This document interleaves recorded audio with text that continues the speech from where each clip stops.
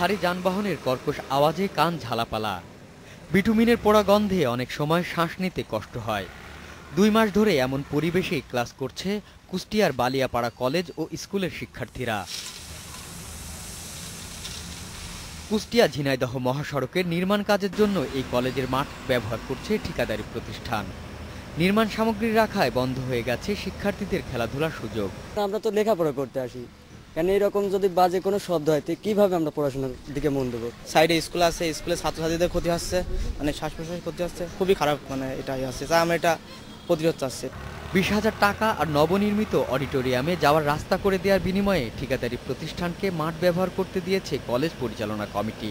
নিজের সাথে এটা কিন্তু আমাদের জায়গাটা তো আমার নিজের সাথেই দেওয়া, পরের সাথে দেওয়া না। আমার ইউনিয়নের আমার গ্রামের জন্য একটা যদি কোম্পানি বাইরে কোম্পানির কাজ করে একটা রোড হয়ে যায়। ঠিকাদারের সঙ্গে চুক্তির দায় নিতে রাজি নন অধ্যক্ষ। তবে যেহেতু কলেজ কিছু সুবিধা পাচ্ছে, তাই পরিচালনা কমিটির সিদ্ধান্তকে তিনি ইতিবাচক হিসেবে দেখছেন। এটা আমাদের এদিকে এমন আসে না, যদিও আসে না তবুও একটু তো হয়। আর জাতীয়ভাবে রাস্তাটার কাজ সেই হিসাবেও চিন্তা ভাবনা করে পরবর্তীতে তারা আমাদের কাছে প্রেয়ার করছে এবং এটা গভর্নিং বডির সবার এটা সিদ্ধান্ত হয়েছে। এ ব্যাপারে কথা বলার জন্য কলেজ পরিচালনা কমিটির কাউকেই পাওয়া যায়নি। তবে স্থানীয়রা বলছেন, নামমাত্র কিছু সুবিধার জন্য পরিচালনা কমিটি ঠিকাদারের সঙ্গে এই চুক্তি করেছে, তা মানতে তারা নারাজ।